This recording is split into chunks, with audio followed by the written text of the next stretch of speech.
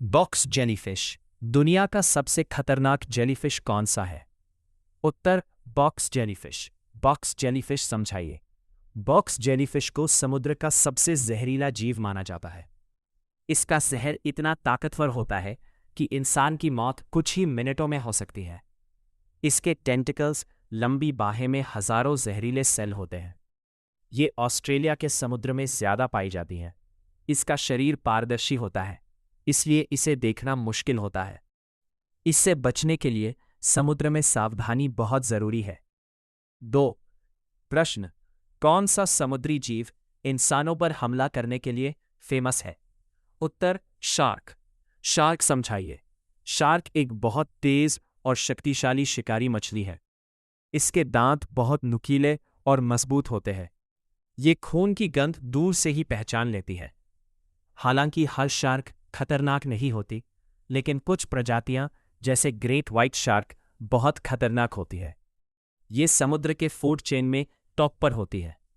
इंसानों पर हमले दुर्लभ है, लेकिन जब होते हैं तो गंभीर होते हैं। 3 प्रश्न, सबसे जहरीला ऑक्टोपस कौन सा है? उत्तर blue ringed octopus. Blue ringed octopus समझाइए।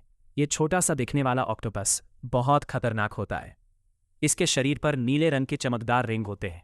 इसका जहर इतना तेज होता है कि कुछ ही मिनटों में इंसान की सांस रोक सकती है। ये ऑस्ट्रेलिया के पास समुद्र में पाया जाता है। खास बात यह है कि इसका कोई एंटीवेनम दवा नहीं है, इसलिए इसे छूना बहुत खतरनाक है। प्रश्न, कौन सी मछली पत्थर जैसी दिखती है लेकिन बहुत जहरीली होती है? उत्तर स्टोनफिश। समझाइए। स्टोनफिश दुनिया की सबसे जहरीली मछली मानी जाती है। ये समुद्र के तल में पत्थर की तरह छिपी रहती है। अगर कोई इसे गलती से छू ले तो इसके कांटे जहर छोड़ देते हैं। इसका जहर बहुत दर्दनाक होता है और जानलेवा भी हो सकता है।